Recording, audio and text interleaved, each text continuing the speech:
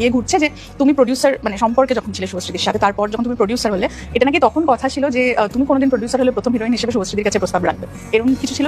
মনে পড়ছে না, এটাও এমনি বলছো তো? সত্যি আর মনে পড়ছে না, আর কোনোদিনের কথা কিছু মনে নেই মনে হয়।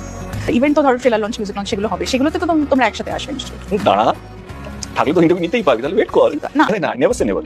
কে আমি এটা কোনোদিনও বলছি না, আমি কাজ করবো না, আমি বলছি ডেফিনেটলি কেউ যদি হয়, আমি জানি না কিভাবে কাজটা হবে, কাউকে তো কনভিন্স করতে হবে। কিন্তু মানে তোমার কি, তুমি তো সবসময় আমরা দেখেছি যে কারোর সাথে কোনো সমস্যা হলে তুমি নিজে মেটাও এবং প্রত্যেকের ছবি ট্রেলার পোস্ট করো, এক্ষেত্রে কেন তুমি কথা বলো? কে বলেছেন কথা বলবো না? না, যে তুমি বললাম 10 বছর কথা নেই মানে কথা বলবো না তা তো বলছি না। তাহলে আমরা দেখতে পাবো একসাথে কাজ করো। ও মাই গড, এটা বলে দিলাম। আই ডোন্ট নো, মানে তুমি করবে? অফকোর্স করবো। আমি একজন অভিনেত্রী, আমি একজন প্রফেশনাল মানুষ।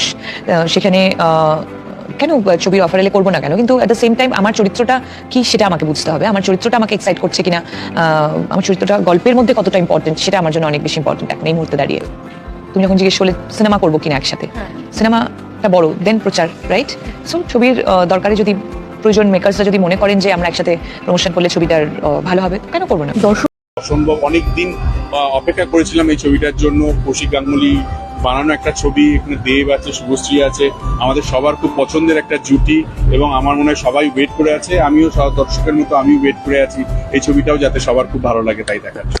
তো আমরা অপেক্ষা করে আছি যে আমাদের একটা সব থেকে প্রিয় জুটি দেব আর শুভশ্রী, যাদেরকে আমরা আজ থেকে 9-10 বছর আগে আমরা জুটিবদ্ধ হিসাবে কাজ করতে দেখেছি, যে জুটিগুলো দেখতেও না সত্যি খুব ভালো লাগে। তো সেই দেব শুভশ্রীর একটা 9-10 বছর আগে এই সিনেমাটা শুটিং করা ছিল, যে সিনেমাটার নাম হচ্ছে ধূমকেতু। তো তারপরে তাদের মধ্যে অনেক কিছু আমরা শুনেছি।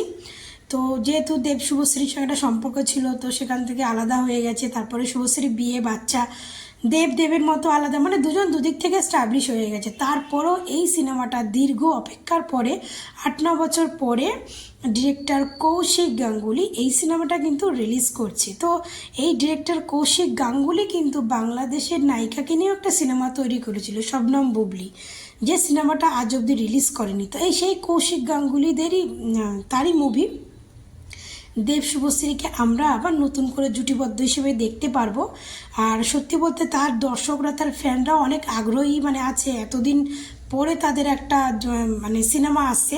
হয়তো এই সিনেমাটা অনেক আগেরকার ইয়েতে, কিন্তু সিনেমাটা যেরকমই হবে না কেন, এই যে পুরনো জুটি যে সিনেমা আসছে, দর্শকরা এটাতেই হ্যাপি। কিছু কিছু জুটি আমাদের দেখতেও ভালো লাগে, যেমন শাহরুখ খান কাজলের দীর্ঘ 20 বছর পরে দিলওয়ালে সিনেমাটা এসেছিল, দর্শকরা পুরো পাগল হয়ে গেছিল যে এই সিনেমাটা দেখার জন্য। তেমন দেব শুভশ্রী দীর্ঘ 8-9 বছর পরে এই ধূমকেতু আসছে, তো দর্শকরা পুরো পাগল হয়ে যাচ্ছে। তেমন কিন্তু অপু বিশ্বাস এবং শাকিব খান, আজকে শাকিব খান অপু বিশ্বাস যদি দীর্ঘ এত বছর পরে আসে, তাহলে দর্শকদের কি ভাবুন তো, এখন যদি শাকিব খান অপু বিশ্বাসও যদি আগের মতো জুটি বেঁধে কাজ করে তাহলে কেমন হবে? তাহলে বাংলাদেশের দর্শক পুরো পাগল হয়ে যাবে।